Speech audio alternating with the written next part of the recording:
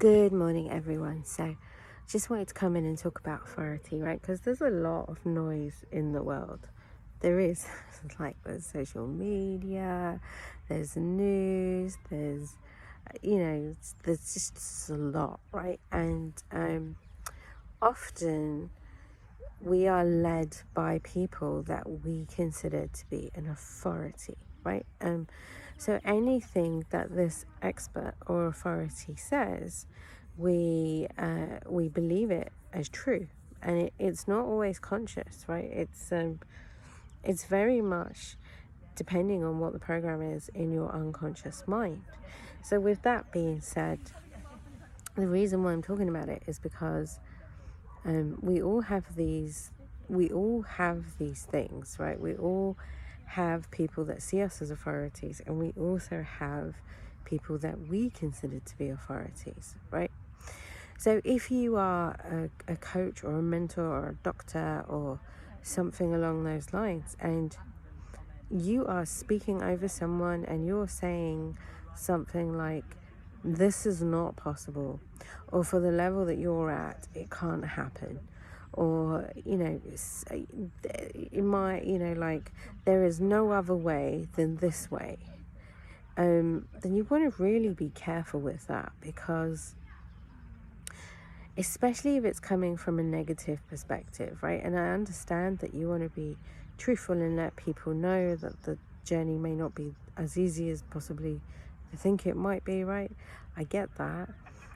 But the point is that if they see you as an authority and they buy that belief unconsciously, or it re-indoctrinates what's already wired in there, it could be doing them more harm than actually helping. And this is just from my experience again, right? You don't take me as authority, right? But I'll give you a solid difference, right? So, someone who says, who will look at you and maybe look at your stuff, and they're filtering things through their own perspective, and they'll say something like, "You can't do that. You're not at that level," right? Versus someone who says, "I'm confident that this will happen for you." Right? Can you see the subtle difference? And it's not putting any rigid kind of things around it. And we're learning, right? There's so much that we're learning, and we have learned so much. We have learned that the conditions that we grew up with as children don't work. We have learned about our unconscious minds. So a butterfly. We have learned that the programming that we live with, the separation, the judgment, those kind of things actually cause us more harm than good, because it suppresses our spirit. But we're also learning that those structures were designed in a specific way because they were doing their best to keep us safe.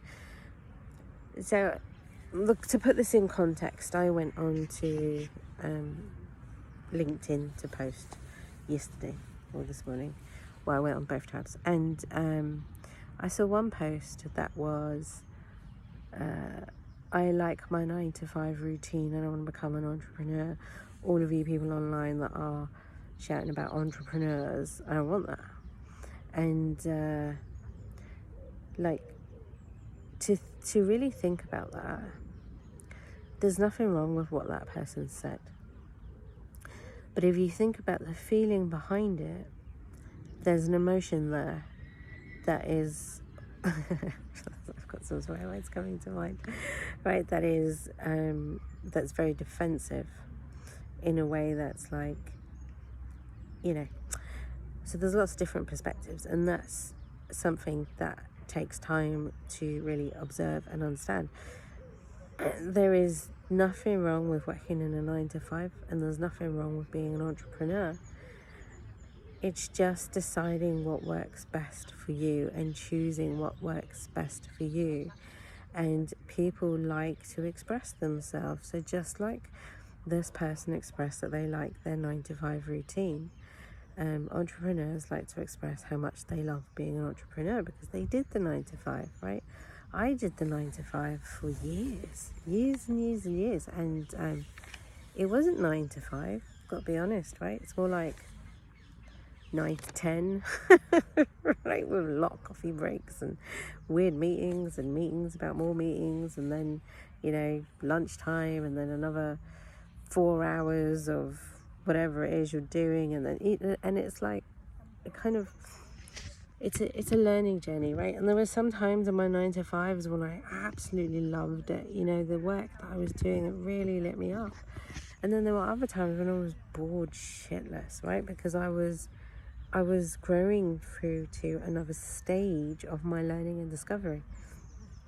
And so there's the point that I'm trying to make is there's a lot of different perspectives, but when you feel triggered or you're trying to so I'm going to put this in a different context in a minute, because there's a lot of different threads running through, so just bear with me as I try and unpack this all. So I've got about 3 things to get through, right? So understanding that we're all unique and we all have our own way of expressing ourselves, which changes over time, is really important to understand. So that was my first point. The second thing that I noticed was a couple of posts, right? So there was one, I love being in nature. I'm looking, this bird's looking right at me, it's so cute. Anyway, and so the second one was, I think it was a black lady, and she had posted about, you know, these conversations she'd had where people would keep asking her, where are you from? And then she says, I'm from East London or South London or wherever she was from, right? And they go, no, where are you from, right? And I can't remember the point of the post, but she was making a point in that post around the fact that maybe people shouldn't keep asking her where she's from. And here's the thing, right? We have our own unconscious conditions that we grow up with, that we're programmed with. So we don't even know what we're doing half the time, right? So it's only once it starts to come into our awareness that we can really look at it. And so there's there's more than 2 perspectives, but it's not about you know, her not expressing her views, because if you think about it from her point of view, it's something that caused her a lot of pain, and being treated differently and being treated separately, and not seeing her for who she actually is, rather than just looking at her for her labels and whatever is going around. I totally get that, right? But then at the same time, you know, the person who's asking has all of that too, right? Do they know? Are they aware? Possibly not, right? Possibly not. And this exists for every single one of us. And it doesn't work. It really doesn't work. So that's how it leading me on to another post. I saw another post about the shootings in America around, you know, a black person that broke traffic lights or something and was shot 90 times or something ridiculous. It was really a lot. Versus like a white person who has a handgun and drove off and just got off with a warning. So when people are seeing that in their society, they're going to feel really aggrieved, right? Especially if you're black, you're going to feel really aggrieved by that, because this is not a one-off, this is a repetitive pattern. So the difficulty comes in not trying to in not hiding it, right? Because you can't change anything if it's hidden. Actually, there's a different perspective on it. Like, you can't change it if you suppress it or ignore it. Maybe those are better words, right? But then you also, like, you're gonna get the same result if you lead with anger. So if it's like the Hunger Games, right, where you have one side that was suppressing everybody, and then the rebel side came up, and then they kind of, what's the word? They took over, and then they started to suppress everyone else, right? It's really going to take us coming into maturity, which is going to be letting go of the past with wisdom and forgiveness and mercy and love, whether people say sorry to us or not. I know that's hard to hear, but it's true. I've had people hurt me in my life that have never said sorry, but I know that it doesn't work if I hold on to that, and if I don't love them, right? If I don't see them for who they really are. Having said that, I also understand I don't know exactly how we're going to solve these problems. I don't, but I do believe that the more aware and the more that we tell the truth around them, the more that we can start unraveling all of the conditioning that we've, been led to believe, and really lead from our hearts. Because I don't think anyone who's shot someone 90 times has a clear conscience. I think they wrestle with their demons every single day. I believe that people who live in lack and unconditional love, people who hurt others, knowingly or unknowingly, I'm just gonna wait for these people to walk past. Excuse me. Don't have that level of peace, right? Sure, they might get a short-term high or short-term gratification, but it's not the same. So it doesn't actually benefit anyone. Like, the systems that are trying to control everything in a way where they're so scared they have to shoot someone 90 times, or they have a level of emotion and hatred and rage, right, that they have to do that. It doesn't work for anyone. And so again, that's just like a different perspective. So that was something else that I noticed. I'm trying to think of the other thing. Oh yes. So there was a session that I attended during the week, and it was really fascinating, right? So it was a mum, and she was going through a divorce, and she'd lost connection with her kids, and she was feeling, she was feeling really low, and her conscious mind was like, well, I would like to be appreciated, and, I would like for this is so cool, sorry, I get so distracted. And I would like, for my kids to be around, and so that I can have, that relationship with them. And it was really clear as we were going through the session that basically all she wanted to do was love them completely, fully, with her full heart, right? And just be there for her, be there for them as a source of love and peace. And they weren't necessarily feeling that from her, and she wasn't necessarily projecting it, because she actually had kind of old traumas or old memories that were surfacing, and they were being triggered by that current situation, right? And really, honestly, that's what we want. We want to be unconditionally loving in a way that works. So kind of bringing that back around as, telling the truth isn't easy, because you have to be honest about what your angle is. Where's your agenda?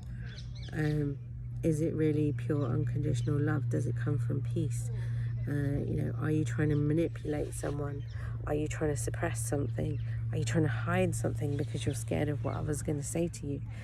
So, it really is a process. Well, so that was kind of like the third point. And then the fourth point, sorry, I get so distracted. There's a little crow walking around as well. There's a fly next to me. Anyway, and then the fourth point is the amount of criticism and condemnation that we have for ourselves, for others, for systems, is off the charts. And our systems that are institutionalized and that are rigid, they don't work, right? They don't work anymore. Maybe they worked at the time they were introduced. Maybe they were set up for a really good reason, right? And maybe that got twisted and lost along the way. But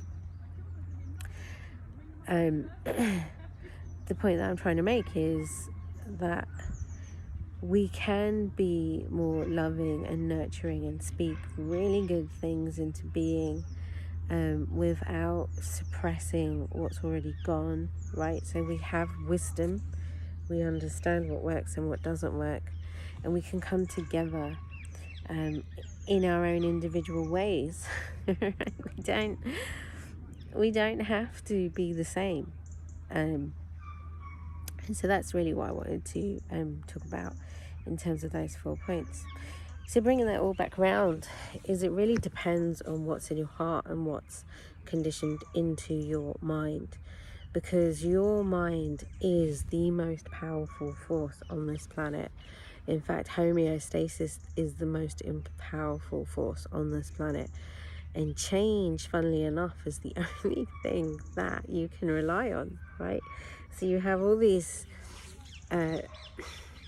systems and all these ways that are trying to keep everything the same, or to control it, or to, be more effective human beings, be more efficient, put microchips in them and have them all be uniform and all of those kind of things, versus the change that's trying to come through, right? The change that's trying to express itself, the little children that are tired of being held down, being held back, being judged. So what we're witnessing is just like an awakening. It's an awakening of thoughts, feelings, emotions. There's a pushback from authorities. There's pushback from people that have a lot of anger because they've suppressed a lot of it, right, over the years, and that was me too, right? I'm not here saying that I'm perfect, although I am, right?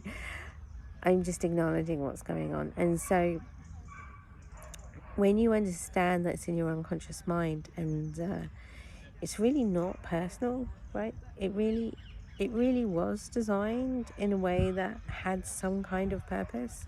Whether you believe that this was the purpose we were supposed to take or not, it is what it is, right?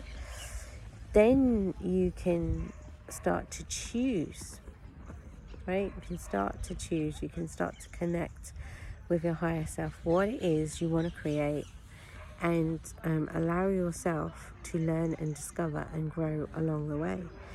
There is no one right way other than the way of the heart, which just knows, right? It just knows what's right and what's wrong. And if it doesn't, once it finds it out, it corrects itself, right? It refines itself, it corrects itself. And I do this 24/7. I'm gonna be honest, I really do. Like not very often, but I'm always very aware of what is going on within me, and so that's why I do the work. And then I do the work externally too, right? To bring it into alignment. So this has been quite a long video. I'm not sure that I actually made the point that I wanted to make. I think my final point really is along the fact that you are learning, you are discovering.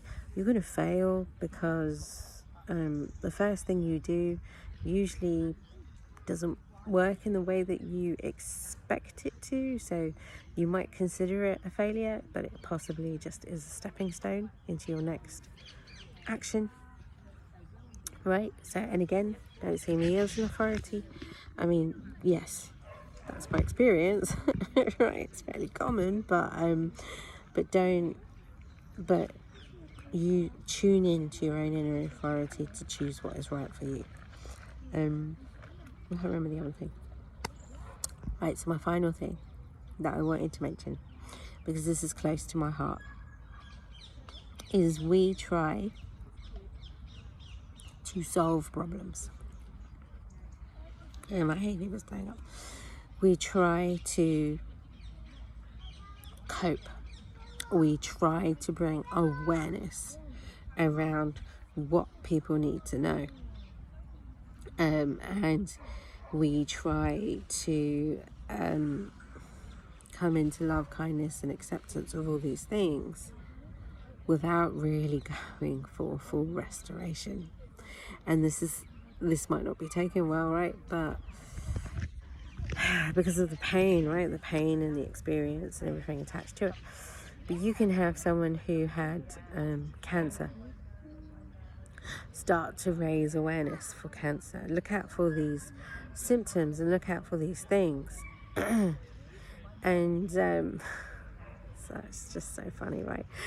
Someone who may never get cancer suddenly gets cancer because they've become so aware of the signs and symptoms that they're now silently focused on those signs and symptoms, right? So that's a bit of irony. Okay, so you've really got to be able to hold this information without getting offended by it.